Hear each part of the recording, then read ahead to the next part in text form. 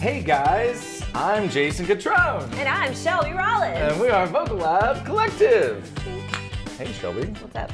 Welcome to the lab. I think I've never said that. Hey, it's been a minute since you've been on. I know. Good to have you. How you been? I've been doing good. You've been busy. Very busy. All the things. Shelby's got all the things going in her realm. I have lots of children that have all the things. You do. She was just telling us a story about your kid stole a shark's tooth. I don't know that my kids stole the shark's tooth, but they had like a science-y event at school, and I got an email from the principal saying, some second grader might have stolen a megalodon shark tooth. Please try to find it and return it so we can send it back to the science center. And I was like, oh. That's like a nice way of maybe accusing you that your child probably stole an artifact. What's a megalodon shark tooth? Well, have you never seen those sharks? Like a megalodon? Yeah. No. They're enormous. They're like, I mean, like the size of a whale or something. They're so big. So what's going to be funny is like there's going to be this mom out there who's doing laundry, and then out of the dryer comes this shark's tooth. I would be that mom. That would Not be because freaky. my kid is like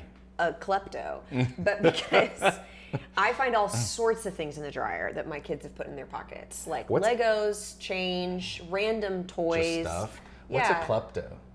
Like someone who like just chronically steals, like obsessive compulsively steals things. Like it's a kleptomaniac. It's like a behavioral, I don't know.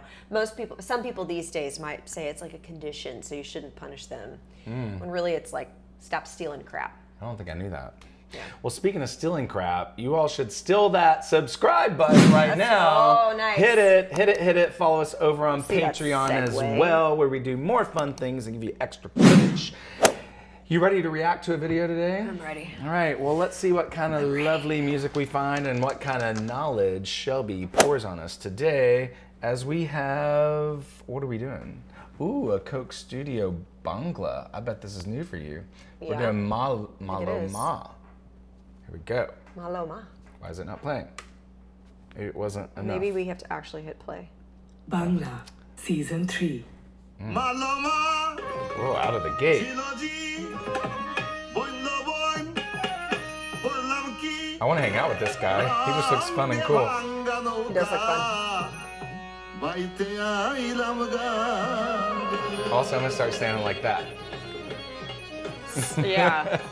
Maybe he's doing that because he plays the violin. Oh, maybe so. Wow, there's a lot of people in this. It's a cool visual. Oh, very cool. The subtitles are helpful and confusing at the same time. Yeah.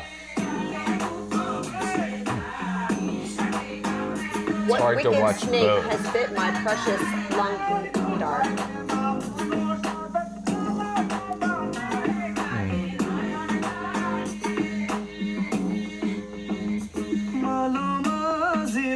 Oh, is this the main artist, this guy? I'm guessing. What's with his mouth? It had 4 artists, so he's one of them. Oh, okay.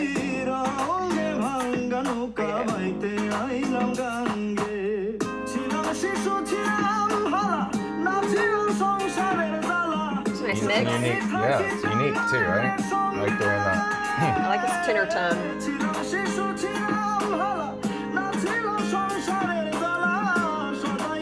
Also, that's not easy to sing what he's singing with what they're giving him. Yeah. There's not a defined melodic line there, right? At least that I hear. Oh, not definitely in Western commercial music, standard no. But I'm honestly always very, very impressed with Indian singers. Yeah.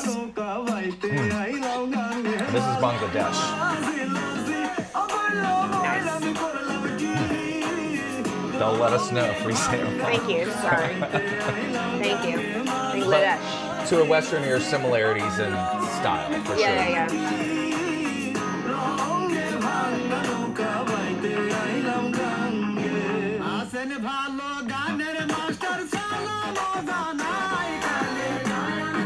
Oh.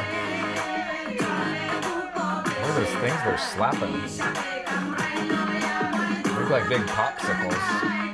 It is cool how they're combining like traditional Bangladesh. cultural style music with like really, I guess, more modern commercial pop things, like the way that they're using beats and stuff.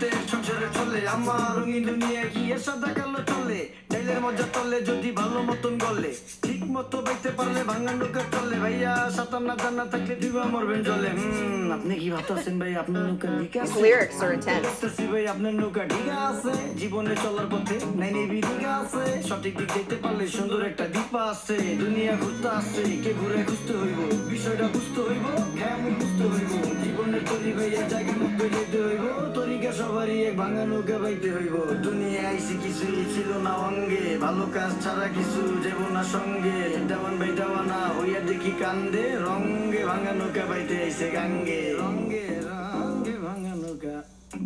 That was cool. You know, they've got ear monitors in, so it makes me feel like they're doing this live. Not that they didn't do studio overdubs, but I mean, like they're all wearing in-ears. Yeah, this is like a show that they do. I don't know if it's a... That's cool. Well, I'll ask that question in a minute. But yeah, this is live. Which makes it even more impressive. His mix is so good. So good.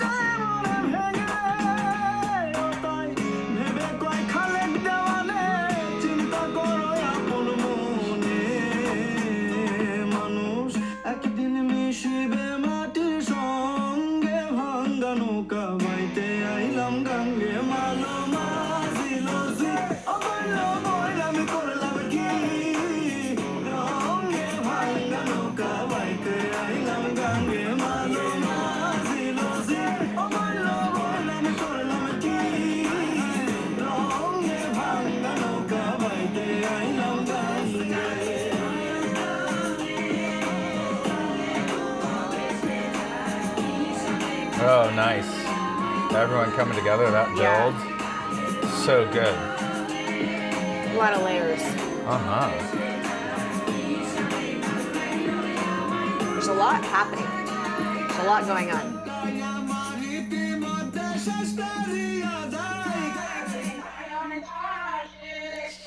Yeah, so cool.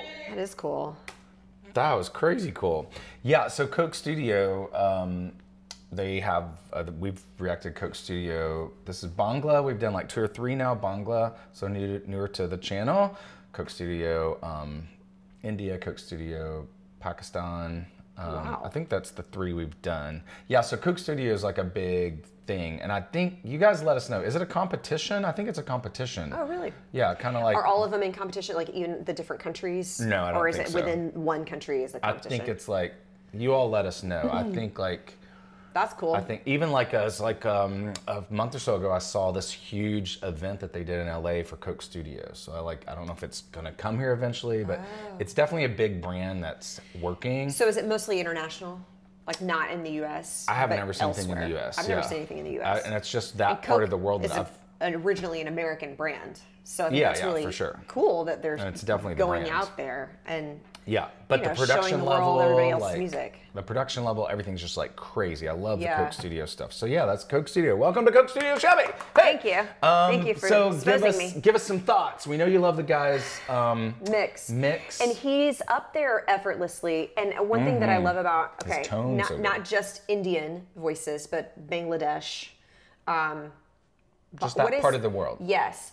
Is there's so much agility, nuance. Those singers have amazing agility because they've grown up doing that. That agility that he's using up there in a difficult place in his range, that is not nothing. And he makes it effortless sounding. It would be similar to being from Europe or America and being really good at runs and licks. Like you just kind of grow up doing it. A lot of people have it's a natural thing. Some of you may have that, but I think far more than not, you kind of grow up doing it. So it's like, it's just a learned flexibility thing. And it seems more ingrained in all of the music from that part of the world, not just a genre, like in the United States, Western, European, North American music. It's more a genre of music, but you don't see it in every genre. So it's like more R&B and But gospel. again, I think to that point, it was cultural, how it came through that style of music, right? So gospel, R&B came through a certain style or a cultural experience, right? And so That's why, in America, like a lot of times if you grew up in a black church, you're really good at licks and runs because it was part of the singing and great upper register range. Yeah, and totally. Stuff like that. It was just so taught from early childhood that it was, you just only know doing that. Yeah. And I did not grow up doing that. No. Shelby and I grew up really white. Coke Studio is amazing. And we'll do more of these. You guys love Coke Studio, so always send us your thoughts and requests on more to do, because we don't get Coke Studio here other than on YouTube. So you let us know and we will find it on YouTube's and respond and react to them. But I love it. The colors, the music, the variety. It's also the songs are always really cool. Like I've never heard a song about a snake biting someone and killing them and the boat's broken. Like that's a really tragic story. I feel like maybe it was metaphoric, but I don't know. Well, probably, but also in that part of the world, I mean, it's very common. I saw something like, this has been a few years ago, but like I saw, like National Geographic or something channel. Yeah. That like snake bites are one of the leading causes of death in that part of the world because, people are working outside. Yep. And these poisonous snakes are everywhere, especially like cobras are over there. Oh like, my gosh. Isn't it cobras? Yeah, cobras are over there. And then can you imagine? I feel so weak. Yeah. Just so thinking it's a very about that. common thing, and there's not the this is fascinating, you guys. This we don't give this to everyone, or not every reaction channel is going to give you this. What's that? The fact that also the reason so many people die from snake bites around the world, outside of America, the Americas and parts of Europe, is because the antivenoms are so expensive and they're not readily available or just close proximity to a hospital. So the average vial, do you know this? The average vial, it's probably changed since I saw this. The average vial of anti-snake venom is over $100,000. So you live in a country where that's not readily available, or well, it'd be the same here. I mean, that's but astronomical. I think insurance pays for it here. Someone pays for it. I don't know. The point is, don't get bit by a snake, you guys. Life lessons. And that's why Carlos isn't on this channel right now, because he's a snake. Oh my.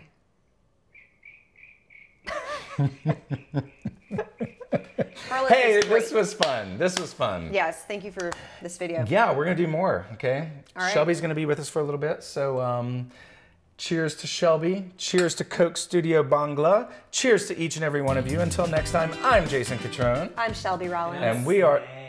I'm a slippery snake. We're Vocal Lab Collective.